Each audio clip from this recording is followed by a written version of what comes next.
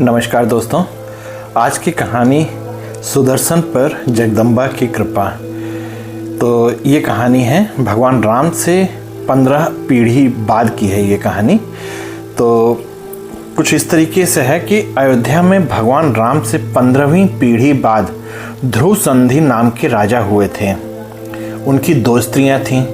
बड़ी रानी थी कलिंग राज वीरसेन की पुत्री मनोरमा और छोटी रानी थी उज्जैनी नरेश युधाजीत की पुत्री लीलावती।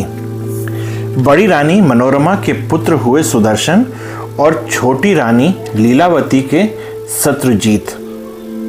महाराज की दोनों पर ही समान दृष्टि थी।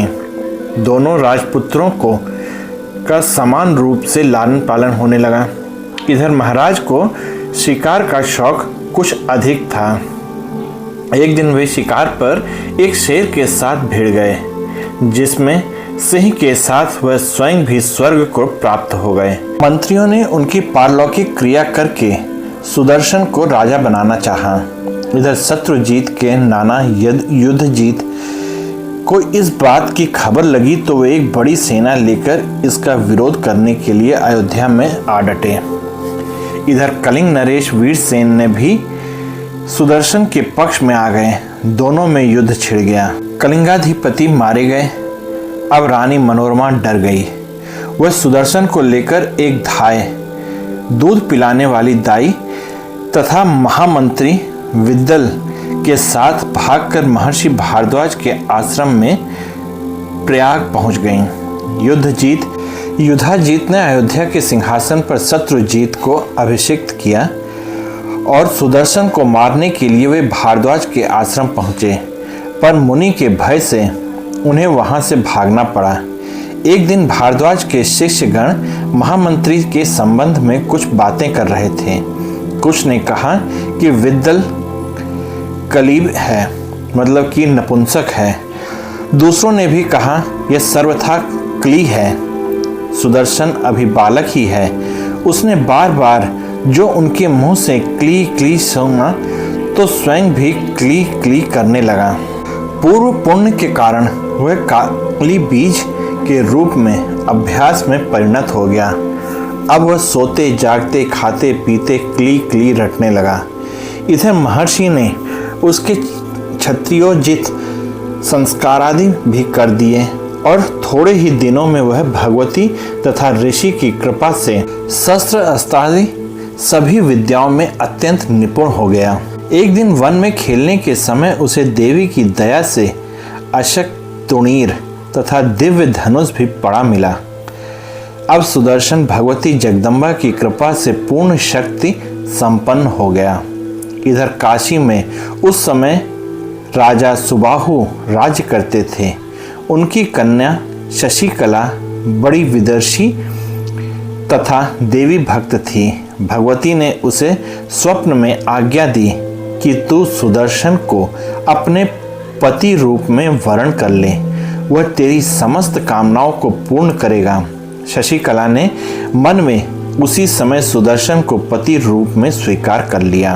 प्रातः काल उसने अपना सपना माता पिता को सुनाया। पिता ने लड़की को जोरों से डांटा और एक असहाय वनवासी के साथ संबंध जोड़ने में अपना अपमान समझा।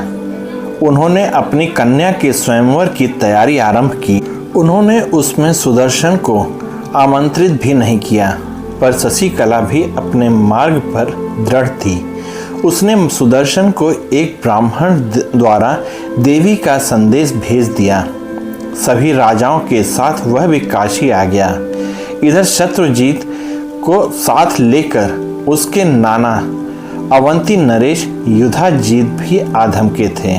प्रयास करते रहने पर भी शशिकला द्वारा सुदर्शन के मन ही मन वरण किए जाने की बात सर्वत्र फैल गई थी। इसे भला युधाजीत कैसे सहन कर सकते थे।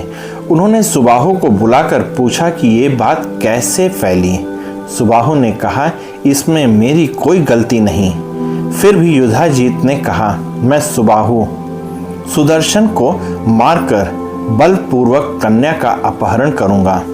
राजाओं को बालक सुदर्शन पर कुछ दया आ गई।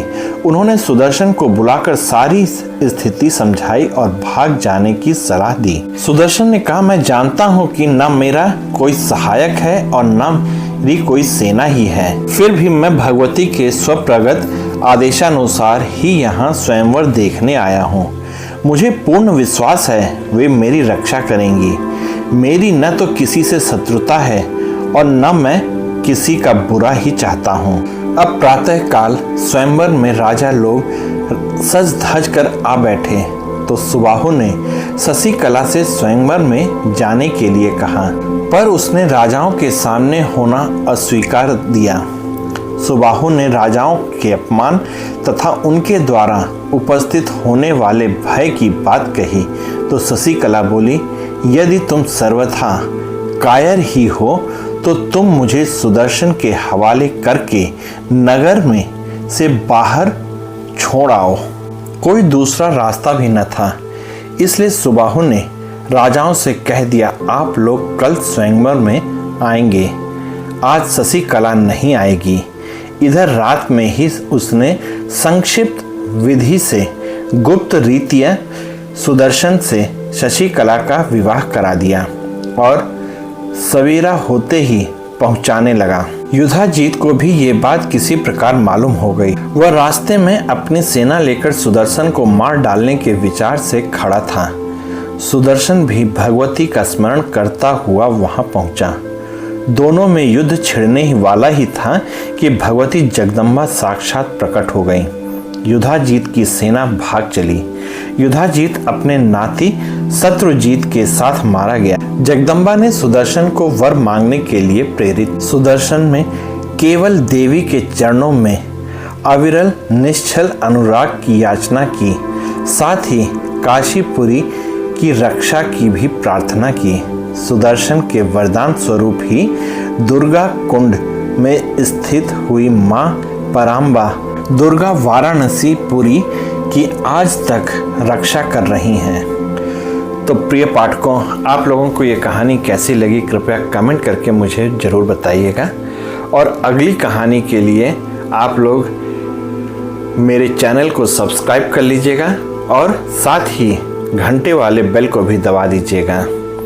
तो दोस्तों, आप लोग इसी तरीके से अपना प्यार मुझे देते रहिए और इस कहानी को अगर अच्छी लगे आपको तो शेयर ज़रूर कीजिएगा।